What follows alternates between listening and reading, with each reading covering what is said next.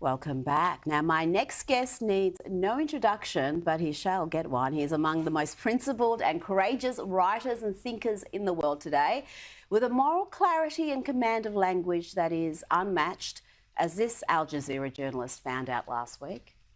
It is internationally recognised. No, it's not at all. I want to move on. That's your view. Hang on, that's your view, and I have to correct your view. Our views I have differ. to correct. No, it doesn't.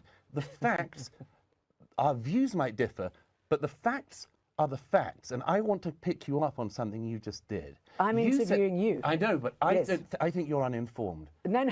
So let me just. Hardly. So let me. You are uninformed Oh, because really? first of all, Yes. you didn't say that Egypt is blockading Gaza.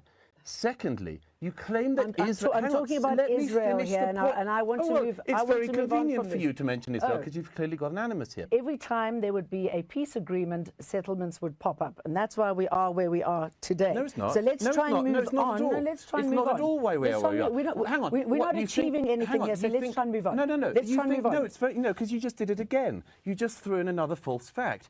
We are not where we are today because of settlements in the West Bank that are disputed. That's not why Hamas broke out of Gaza on the 7th of October and massacred people in their homes. As we know, that's not because of the West Bank, and you well know it. You well know that. Douglas Murray, so good to have you back in the studio. Did you not take pity on that woman? I've got to say, she was smug, certainly uninformed, but wow, the way you humbled her, it was... Well, even I felt a little bit sorry for her at the end. well, I mean, you know, you tend to go into an interview like that. It was in South Africa, in Johannesburg. You tend to go in sort of, you know, with goodwill, assuming that the interviewer is hoping to get something interesting out of you and that, you know, they do so. And occasionally you go in and you discover, this person is here to slay a dragon. And you know, the whole thing changes. I did discover afterwards something I wish I'd known before, which was when she said that she had lived in the region. I remember thinking there's something strange about that. And then, of course, it turned out she'd worked for Al Jazeera, which means she'd lived in Doha. And even on a very clear day from Doha, you can't see Gaza, but it was a Palin-esque claim by her. Yeah, in the region. Yeah, that's always red flags go off. Now, you have arrived in this country and been met with protests. We're normally a welcoming lot, but you've had the usual far-left suspects very much agitated. They've labelled you right-wing, a racist, a supporter of genocide. Let's have a look at some of the chants we're seeing accusing you of supporting genocide. Gosh. Douglas Murray, you can't hide, you're supporting genocide. Douglas Murray, you can't hide, you're supporting genocide. Turn the world. Douglas Murray, you can't hide, you're supporting genocide. What is your response to that very learned criticism? First of all, I don't feel like I'm hiding, Rita.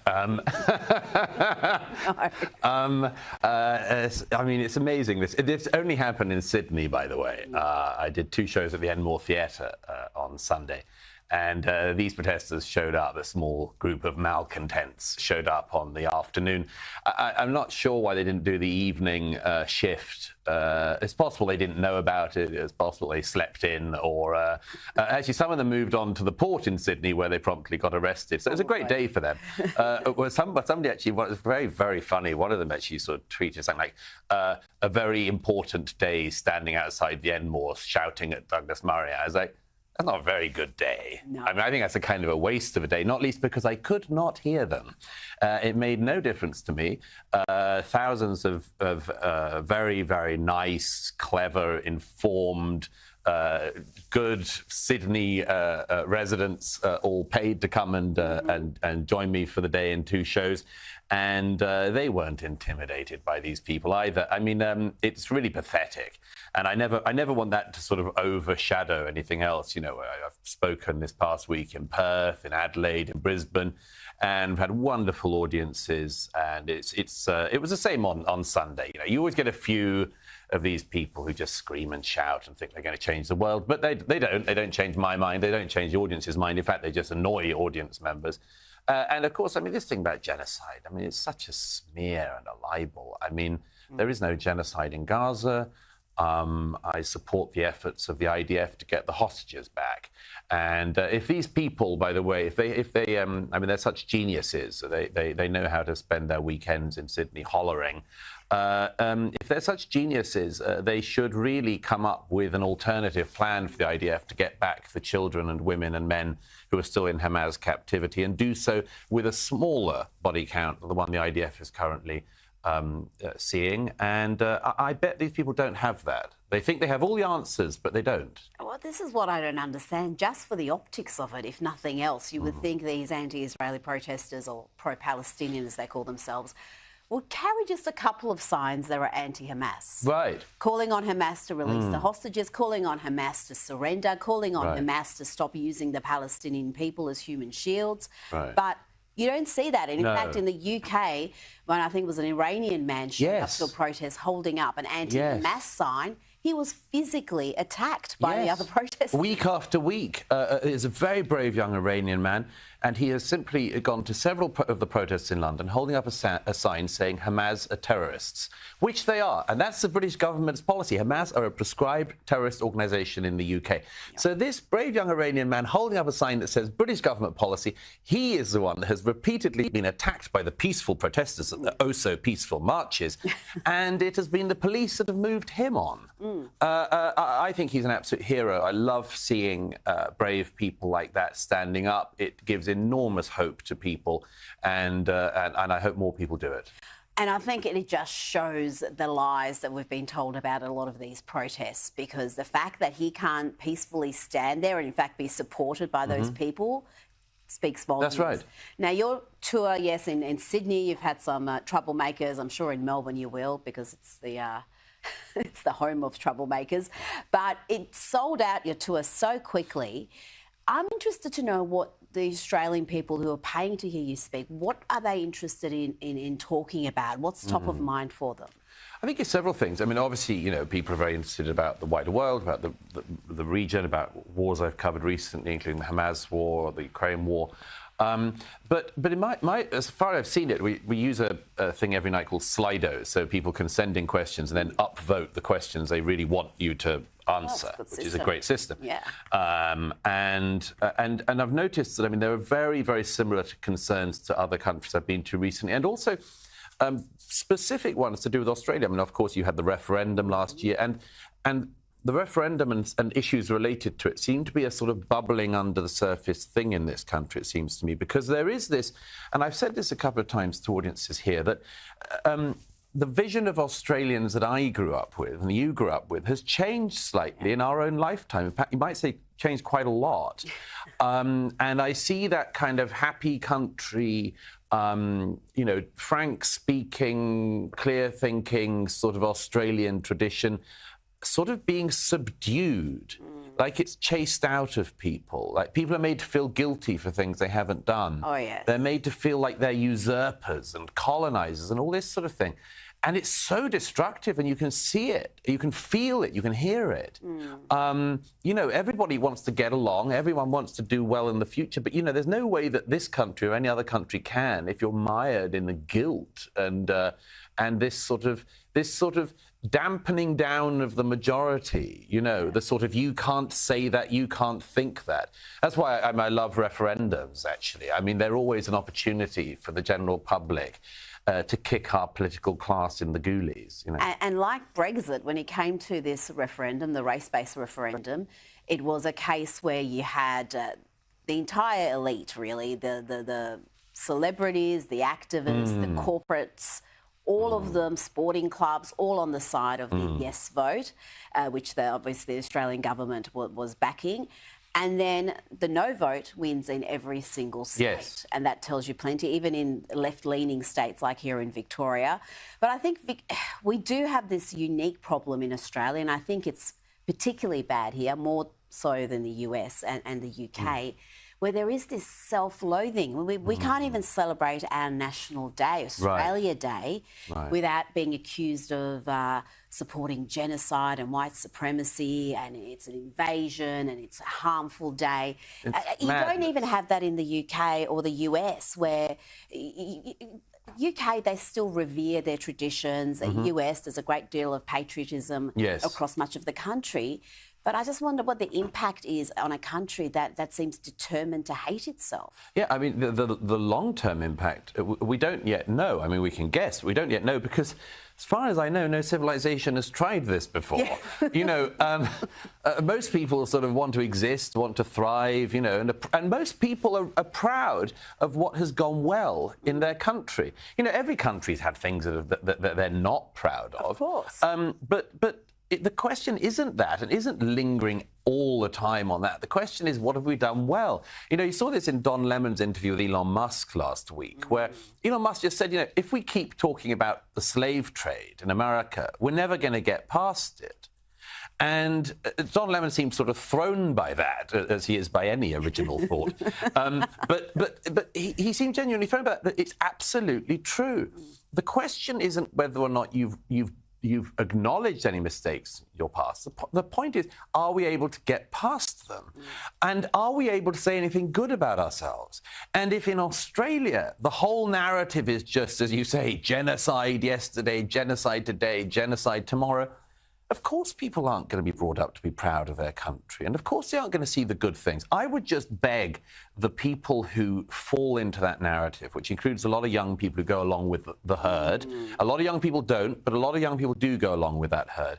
I would beg them just to go somewhere else in the world, just for a week, and see the comparative rights that you have in any other country in this region and the rights you have here, the traditions in any other region, the traditions you have here, what's gone well in other parts of the region and what's gone well here. And, you know, to revive something I've said to you before in other contexts, there's a reason that the boats come to Australia and they do not leave from Australia to other places.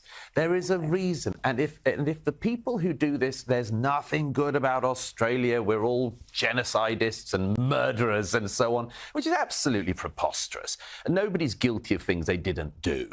But if those people could just reflect for a moment, you know, why is it that if this country is as bad as these people and the corporations and all these pop stars and so on, if it's as bad as they say, why are people not fleeing Melbourne today? Why is this city booming? Why are people not fleeing here for the sanctuary of communist China?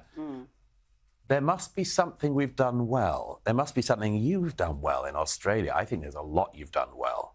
The only place Victorians are fleeing is Queensland, to be much further than down. But this notion of we're on stolen land, that seems to be preposterous. A grievance, and you know, always was, always will be Aboriginal land. You've flown around the country. I'm sure you've heard, as soon as a plane lands, this acknowledgement of country. Yes. There's almost this notion that we are on interlopers on someone else's land, and we're not as entitled to feel that it's as much ours as it is theirs. Which means you have a population where the majority feels less than. Now, I mean, if you had a minority population, say 3% of the population, that was repeatedly made to feel less than the rest, I think we would say, look, that's ridiculous. That 3% of the population should be encouraged, should be made to feel welcome, should be made to feel at home. We don't hold them back, anything else. It would be madness to hold back 3% of your population. When you're dealing with the majority of your population being made to feel less than, I mean, as I say, that's an experiment no one has really tried before. No. People have tried to oppress minorities, but trying to oppress and beleaguer and demoralise the majority in a country, I mean, that's lunacy. It is, and that's what really the referendum was about. It wasn't about equal rights. It was about giving a particular minority additional rights. Yeah. And that's where people said no. Yeah, we're either equal or we're not. That's it. You know? Absolutely. Now, you've been warning us about some of these issues for years now in your books, what's happening in the West, the threats against Western civilization. What do you see right now in 2024 as the biggest threat facing the West? I think it's that one. I think it's within, Rita. I really do. I think it's the threat within of us delegitimizing ourselves. It's the threat in America of people being, you know, I've said this a bit to audiences this week. If you look at the polls that came out when Ukraine was invaded in America, asking Americans whether or not they would fight for their country if it was invaded, only just a majority of Americans said they would. A minority of Democrats, a slight majority of Republicans. And it was the same recently in the UK when the defence minister said, look, if Russia does roll into the Baltics, we might have to have conscription. A minority of young Brits said they would be willing to fight for their country. But here's the thing. I understand that. I abhor it. I'm very, very sorry that it's the case. But I understand it, because if you've been told your country was rotten from the start, as with Australia, entirely based on theft and colonialism and repression and racism and much more, as if the rest of the world was based on just kumbaya, if you believe that, why the hell would you lay down your life for it? If you were told from kindergarten onwards that you were on stolen land, that you were a usurper, that you'd enslave people when you'd done nothing other than, try to build some bricks or something, why would you risk your life or lay down your life for a country you were told was rotten? And the answer is, it would be madness to do so. We are telling ourselves a totally false version of our history, and at the very least an unfair version of our history. And it's the same in Australia, it's the same in Britain, same in America. And, there's a very odd thing that happens when that occurs, which is that every opportunistic thing comes in. People come in and they claim you've done things that you've never heard of, and you say, well, probably that as well, because I'm guilty of everything else. Exactly. And before you know it, you're just accepting versions of yourself that are not just false but are destructive. And I think that's the biggest one. But the good news is, that's one we can solve. That's one we can solve. How do we solve it? Is it through the education system, the curriculum? How do we actually address this teaching that we've had really now for decades, that we are inherently oppressors and evil, and the success of the West is built on colonisation and the backs of oppressed people? Well, I mean, the first thing is, no change like this can be done by government edict. We can't wait for the Minister of Culture to announce a new inquiry, followed by a consultative process and then an interim report. That is not going to solve any of this. I believe it's in all of our hands. It's in the hands of everybody who voted in the referendum and the ones who didn't. It's in the hands of everybody who wishes to have a better life here in Australia, here in the West. It's in our hands to say no when this narrative is pushed on us, in whatever way you can. I've spoken this week to people from a bewildering variety of professions who've come to my events, and they very often have a story from the workplace of, this was being said, I didn't know what to do, or I did know what to do, and I did say something. I would say if everybody just took one step forward, that would solve an enormous amount of things. Just one step forward to say no, not to be pushed around. I never saw Australians as a people, any more than I did my fellow Brits. I never saw us as people who could be easily pushed around. Actually, quite the opposite. I don't believe people want to live as sort of subjugated, scolded people. And if you want to get anywhere in your life, as an individual or as a society, you've got to encourage not this endless repression and this endless scolding. You've got to encourage heroism. You've got to encourage entrepreneurialism. You've got to encourage daring. The remarkable people that this country has produced were remarkable not because they were quiescent and shy and didn't want to make any noise in the world. They were remarkable because they wanted to get out there. Yes. That's what made this country. That's what made Britain. That's what made America. And that's what will make us tomorrow. And we should look to that, because all of our competitors and rivals on the world stage, they have their young being educated very hard, indeed working many times as hard as some kids do here, to get the lifestyle that we're used to and thinks our God-given right. And it isn't. It's only our God-given right if we fight for it. Absolutely. But we have seen in other parts of the world, Europe, the rise of the right or the far right, if you believe the media. We've seen that from Italy to the Netherlands, South America, Central America, El Salvador and Argentina. What do you think is behind that? Is just that politics going backwards and forwards, or is that a movement that you think there's something behind that? I'm always wary about drawing out too big an extrapolation of the sort of left-right global shifts, because, for instance, I mean, we've got elections this year, I'm sure you've noticed, in America and in Britain. You've heard tell of that. Yes. And also in Britain. And in Britain, it shows very likely that we'll have a left-wing Labour government in Britain by the end of this year. And arguably, you've had one for some years. Well, I think we've had one for 14 years, but yeah, that's but you know, so the interesting thing is that Britain might be heading to the left. Which I think will be a disaster for Britain on the economy and much else, but the Conservatives deserve a drubbing. And in America, you know, who knows? Maybe it's Joe Biden, maybe it's Donald Trump. If it's Joe Biden again, then yes. I mean, a lot of countries have been shifting to the right, and quite a long way to the right in some cases. But if you know, countries like Britain and America shift to the left, you can't say that it's a pattern that is everywhere. Absolutely. I would like to think that it's possible for voters, though, to show how they actually feel. There's a strong feeling in a lot of countries of just disengagement. You know, voters saying, I don't have anyone to vote for. It's all a waste of time. I'd like to think that, whenever people say this party is beyond the pale, that party is beyond the pale, I say, look, the democratic process includes people you don't like. But the most important thing is, do people feel they have a stake in it? And that includes the stake, as I say, to kick hard at the people who've been telling you what you should do, what you should think, and who you should be. Absolutely. Now, there has been this political realignment we've seen in the UK, US, in Australia as well, where you've got the affluent leaning increasingly left, whilst the working class, middle class are switching to the conservative side. It explains a lot of the support that Trump receives. Why do you think that is? Why do you think there's been almost this quite stark political realignment? Yeah, this is what I think it's partly attributable to what Rob Henderson, the American writer, calls the luxury beliefs class.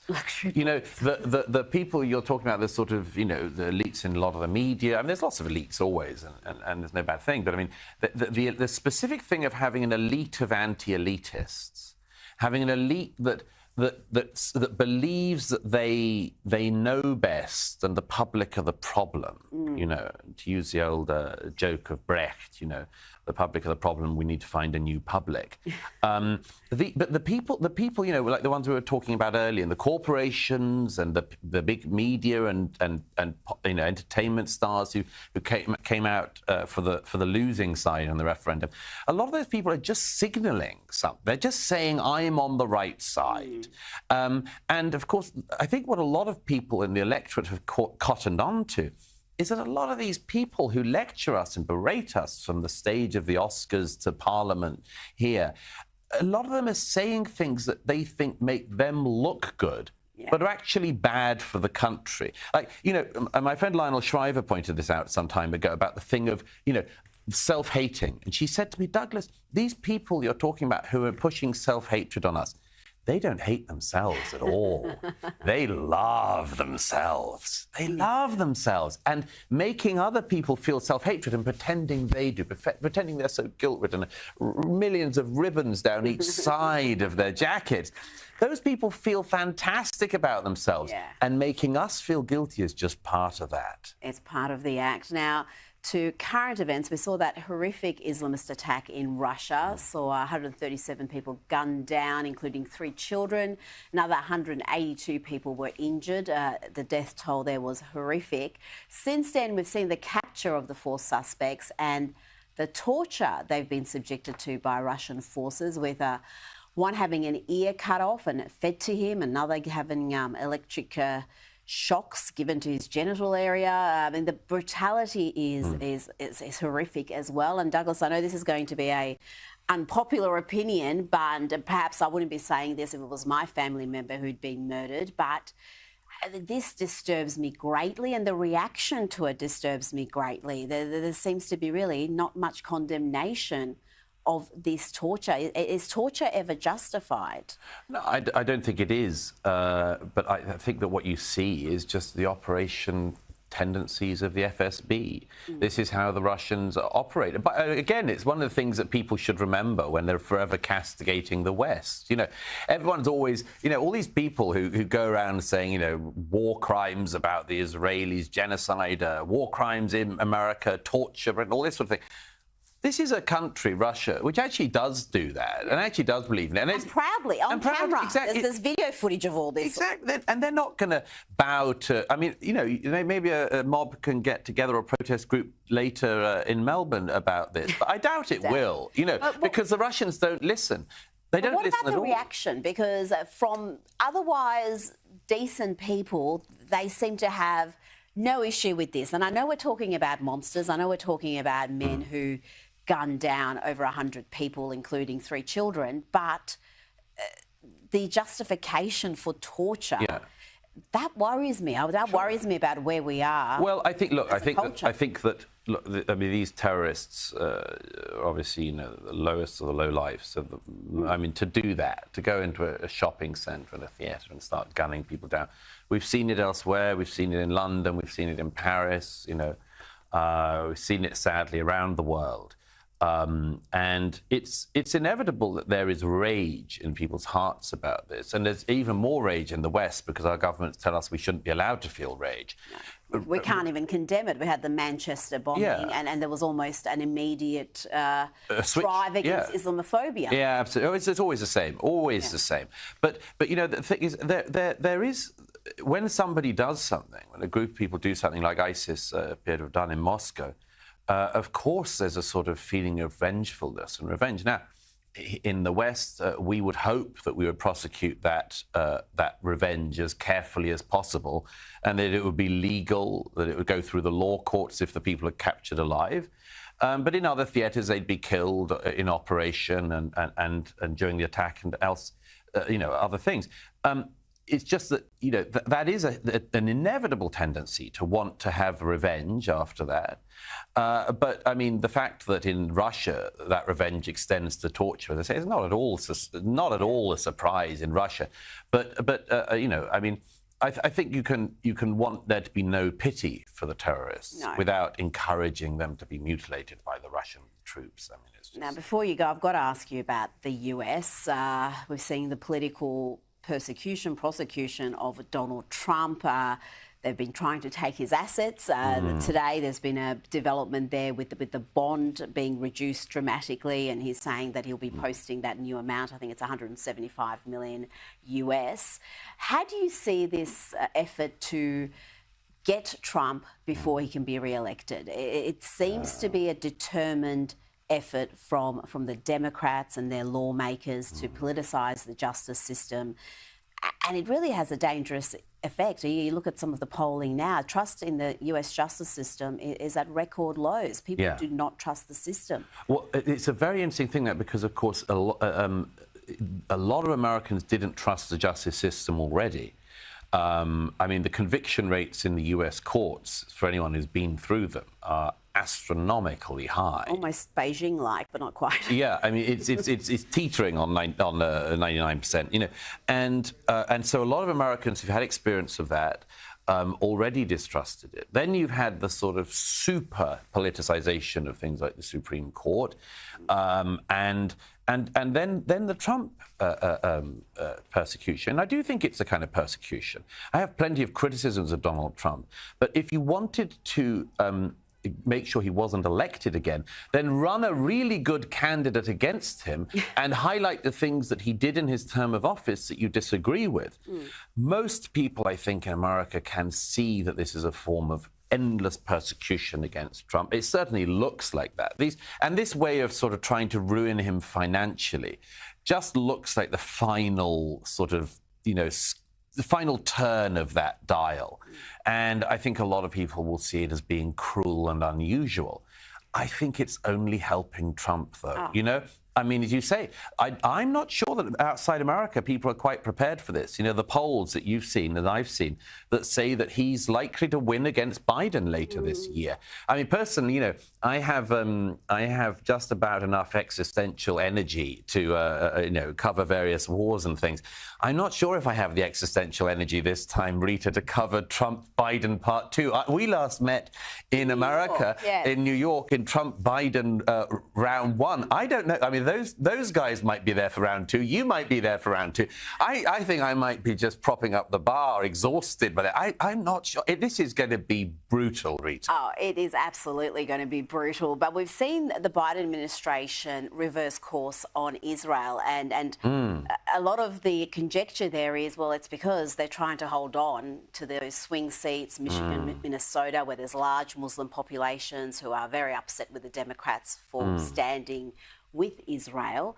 How do you see that? How is the Biden administration going to balance that, that supporting their ally, but also making sure they don't lose those crucial swing seats? There's a very interesting thing that's gone on in the last few days which people haven't noted, which is whilst the rhetoric has ramped up against Israel from the Biden administration, there's been a new package of arms for Israel from the administration. Now, that's very interesting. I'm very pleased that that's the case, because I think Israel should be allowed to win its war against Hamas and destroy Hamas.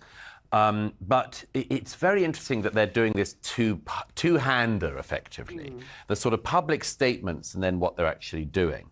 I mean, you know, David Cameron, Lord Cameron to us, he's just said that, you know, if Israel doesn't do what Lord Cameron wants, then he might stop arms shipments to Israel from Britain. Britain doesn't make a significant amount of arms anyway, so I mean, it's a sort of rather grandstanding thing to do. But it is interesting, that difference between the rhetoric and the reality from Biden. I would just say, you know, the Biden administration has been a pretty good friend to Israel during this, but they are worried, it seems, about their polling in Minnesota and so on. I understand it. I would just say that, you know, I mean, Rita, if Australia was at war, and or no, let's put it the other way around. Let's say if America was at war, and it wasn't going down all that well among some people in Australia, I would not expect the Australian Prime Minister to pick up the phone to the President and say, now, look, you've got to halt your war because some of our voters in Melbourne are displeased with it. Yeah, exactly. You wouldn't expect that from an ally. I mean, the job of an ally is to be supportive to you in your hour of need.